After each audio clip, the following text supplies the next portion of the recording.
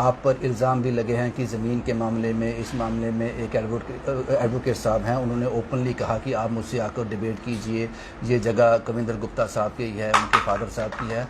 उस पर क्या कहेंगे आप, क्योंकि ये एलिगेशन लोगों के दिलों में जाते हैं, अगर उनको आंसर ना मिले तो कहीं ना कहीं घर कर जाते हैं। भाई मेरा एक कागज पेश करने के बाद में वो 1 महीने से चुप क्यों है, बस मुझे इतना कहना है। ना तो मेरे पास कोई ज़मीन है, ना मुझे कोई ज़रूरत है, ना मैंने पहले कहा था। तो मैंने जब एक कागज़ उनको दिखाया उसके बाद उन्होंने भी इसके ऊपर कुछ नहीं कहा। तो आप खुद समझ सकते हैं। मैं समझ सकता हूँ इस बात को। कविंदर साहब, जब आपके एलिगेशन लगे, आपने इतना नाम कमाया है, इतना काम किया है, जब एलिगेशन लगता है दुख होता है, एक इमेज को धक्का लगता है, देखिए, तो आपने ज़रूरी नहीं समझा कि उनको किसी ऐसे दरवाजे तक ले जाएं कि आपने ये एलिगेशन हमने क्यों लगाए? देखिए, मैं बदले की बात नहीं करता हूँ। मुझे जो उन्होंने मुझे कहा, शायद लोगों ने जाना, उसके बाद मैंने उसका जवाब दिया। आदाब, नमस्कार। आज मैं जम्मू कश्मीर के अवाम से एक इशू पे बात करना चाहता हूँ। कल रात को मैंने एक वीडियो देखा।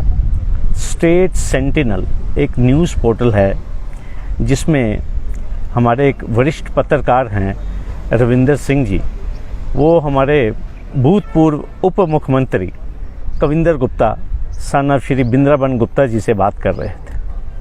इंटरव्यू के दौरान रविंदर सिंह जी ने एक उनको प्रश्न किया, जो लैंड ग्रैबिंग का जो एलिगेशन लगा था, स्टेट लैंड को जो लैंड ग्रैबिंग का एलिगेशन, जो गांव कैंक में जो स्टेट लैंड है, खसरा नंबर 1789, 23 कनाल 9 मरले।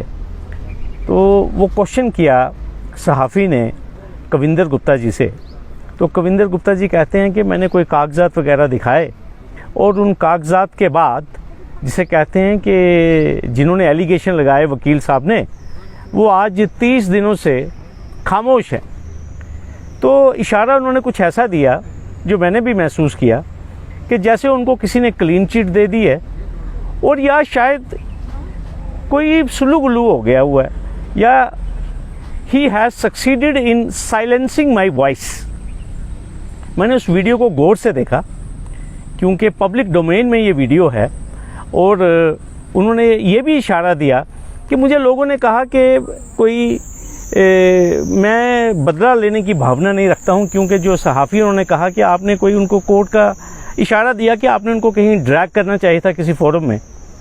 तो मैं कविंदर जी आपसे गुजारिश करता हूँ, मैं अपने एलिगेशंस को रीइटरेट करता हूँ कि खसरा नंबर 1789 जिसकी सर्टिफाइड कॉपी गिरदावरी की जो आरटीआई के तहत मैंने ली थी एसडीएम नॉर्थ और तहसीलदार बलवाल से, आप एक नाजायज़ काबज़ हैं इस ज़मीन के।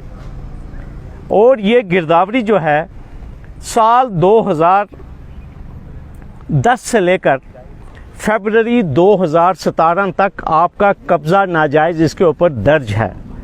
मैं फिर रिपीट कर रहा हूँ कविंदर जी, बड़ी सेंस ऑफ रिस्पॉन्सिबिलिटी के साथ, कि आप काबज़ नाजायज़ खसरा नंबर 1789 स्टेट लैंड एट कैंक, और आपके साथ 2 शख्स और सुभाष शर्मा वल्द परमानंद, फिर उसके बाद शिवरतन गुप्ता वल्द कृष्ण चंद, साकना इंदिरा कॉलोनी जानीपुर जम्मू। और जो कागज़ आप कह रहे थे कि जो मैंने दिखाए, जो मैं वहाँ पे गया, मैं वो भी दिखाना चाहता हूँ। वो रेड इंक की एंट्री है, ये रेड इंक की एंट्री है जब आपकी खसरा गिरदावरी कलअदम हुई, जब इसको खसरा गिरदावरी को कैंसिल किया गया। और ये खसरा गिरदावरी स्टेट लैंड की सिर्फ आपकी कैंसिल नहीं हुई कविंदर जी, ये पूरे जम्मू कश्मीर में जितने भी इलीगल ऑक्यूपेंट्स थे स्टेट लैंड के, जो हाई कोर्ट में मैं जनहित याचिका में पेश होता था 19/2011, ये उसके आदेश के बाद जम्मू कश्मीर में जितने भी स्टेट लैंड के नाजायज़ काबज़ थे, ये उनकी गिरदौरियाँ कैंसिल हुई हैं। तो मेरी आपसे ये गुजारिश है, आप जब भी मीडिया को एड्रेस करें पहले रिकॉर्ड चेक कर लें। आपको उर्दू पढ़ना आता नहीं है, अब मैं पढ़ के आपको बताता हूँ। जो आप ये बताना चाहते हैं कि आपको शायद कोई क्लीन चिट मिली है, वो रेड इंक की एंट्री मैं आपको बताता हूँ उसमें क्या लिखा है। ये लिखा है नोट, ये नोट लिखा गया है 9 फरवरी 2017 को करारे हुक्म जनाब तहसीलदार साहब भलवाल ज़ेरे नंबरी डेटेड 9 फरवरी 2017 व करारे हुक्म जनाब नायब तहसीलदार साहब गरोटा मुअरखा 9 फरवरी 2017 इंदराज गिरदावरी ब नंबर खसरा 1789 कलदम किया जाकर बहकशेवा मना सरकार दर्ज किया गया मुताबिक हुक्म आमदा अमल दरामद किया गया तहरीर 9 फरवरी 2017। तो कहने की ये बात है कि 9 फरवरी 2017 को आपकी जो गिरदावरी थी स्टेट लैंड की उसको कलदम करार दे दिया गया। और ये मैंने पहले ही बता दिया, ये कलदम क्यों करार दिया गया, कैंसिल क्यों किया गया, क्योंकि खंडपीठ के जम्मू कश्मीर हाई कोर्ट के आदेश थे।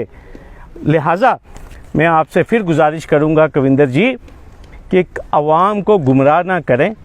मैं फिर आपको ये कहूँगा कि ये ज़मीन सरकारी ज़मीन, इसके ऊपर आपका कब्ज़ा दर्ज है और साल 2010 से लेकर 9 फरवरी 2017 तक आवाम को गुमराह करने की कोशिश ना करें। और जब भी आप कोई बयान दें, मैंने आपको पहले कहा मैं पब्लिकली आपके साथ बहस करने के लिए तैयार हूँ। ये कागजात सामने रखेंगे, अगर ये कागजात गलत हैं जो भी इसके लीगल कॉन्सिक्वेंसेस होंगे वो मैं फेस करने के लिए तैयार हूँ। आप सबका तमाम आवाम का ये मैं तहे दिल से शुक्रिया अदा करना चाहता हूँ। और मैंने ये ज़रूरत महसूस की उस वीडियो को देखने के बाद कि आवाम से मुखातिब होना ज़रूरी है ताकि कोई किसी किस्म की गलत फहमी जो है वो समाज में ना जाए कि वकील चुप क्यों हो गया, खामोश क्यों हो गया। आपका बहुत बहुत धन्यवाद।